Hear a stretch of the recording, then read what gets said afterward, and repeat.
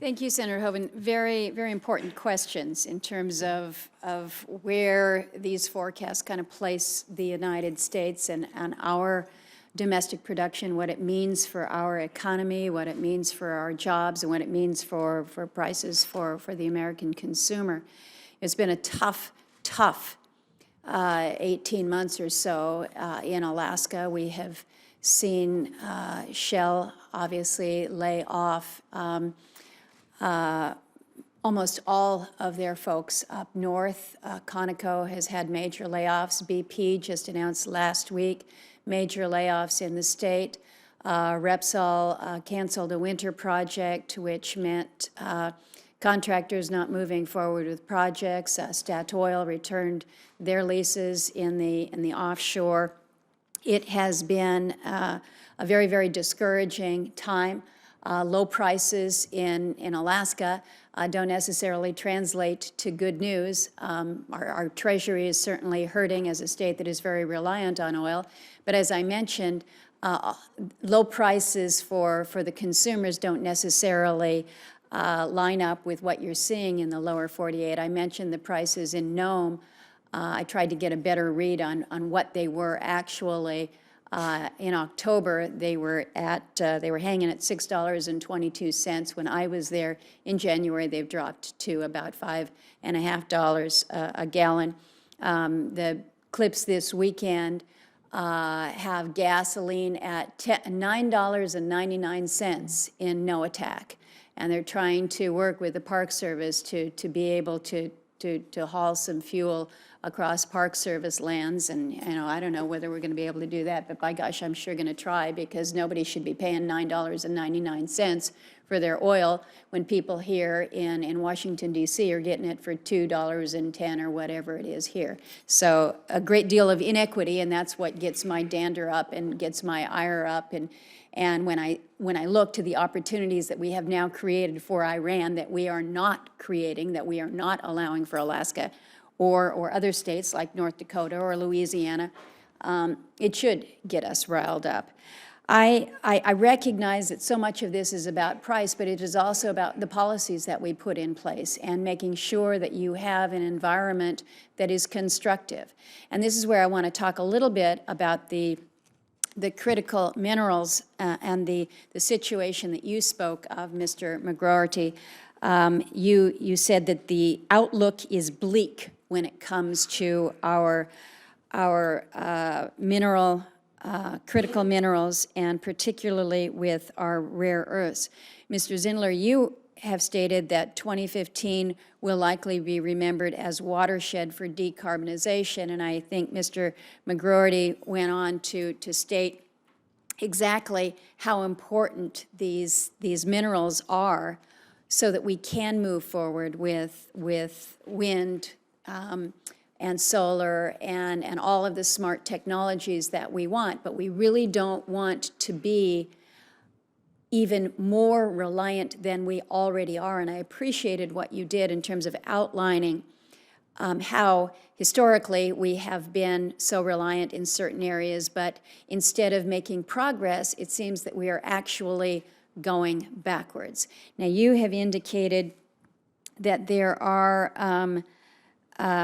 some areas that we might be able to reduce this dependence. The fact that we produce 0 rare earths and are now, again, 100% dependent on China for our rare earths should be unsettling to all of us. So we've got lousy permitting processes where, in terms of permitting for mines, minerals, where if we're not the worst in the world, we're close to being the worst. I think Papua New Guinea is worse than us in terms of permitting. But you've also mentioned prospects for recycling and substitutes, but you've indicated that really even with that, unless we do something to increase our production, we're not going to get ourselves out of this hole. Can you speak a little bit to what you think our genuine alternatives may be when it comes to this reliance on our minerals? Thank you, Senator. Yeah, there isn't it's a very deep dependency, first of all. And in terms of bridging topics from oil and gas to hard rock minerals, as we look at just from the energy side, new sources, new energy sources, alternative energy sources, I certainly would not want us to move from a dependency that has been difficult for us over 50, 60 years into a different sort of dependency for a whole series of new technologies. In here. fairness, aren't we there already? We are there. Yeah. And that's why, as I said in my remarks, you know, all of the above. I mean, we have to recycle. Such is our degree of dependency. We have to recycle. We have to reclaim the metals and minerals that are in, you know, the devices that we use every day, small and large.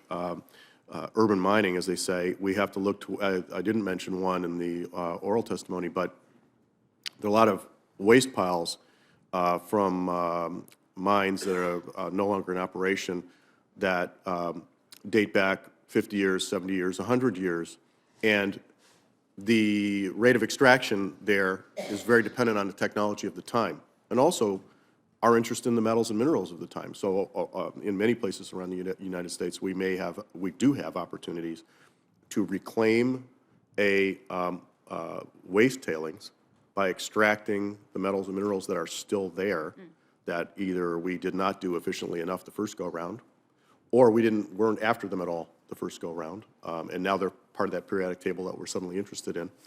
We should be doing all of that. We should be looking to substitute, but I am concerned about the easy discussions of substitution when you look specifically at what the possibilities are, the material scientists on these issues, where you're substituting for, you know, rhenium, where we're 83% dependent, and you can substitute for this particular application to vanadium, but we're 95% dependent on vanadium, you know, rhenium from Kazakhstan and vanadium from China.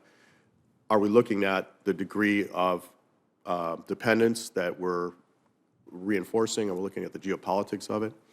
And so it pushes me back in the direction we absolutely have to expand where we can, bringing new production into play. The metals and minerals we're talking about, all of the devices that we use,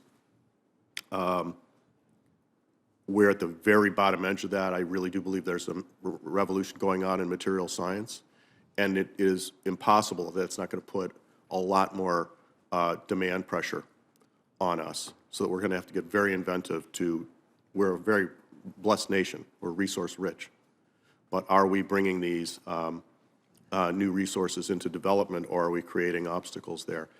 I just think as this whole sphere is evolving so rapidly, I don't think our ability to kind of process what the physicality of the needs, you know, we're bringing power from the wind and the sun, the physicality of bringing it into the grid, distributing it, as we've talked about today. Those take devices. What are those devices made of? Are we going to be buyers of those devices, or would we rather be producers of those devices? So it's big issues for manufacturing, national security, and there are just a whole lot of metals and minerals we're going to have to get used to treating in the same way as we've talked about oil and gas. Well, the good news for us is that not only are we blessed with amazing resources when it comes to our energy potential, we have some amazing mineral resources.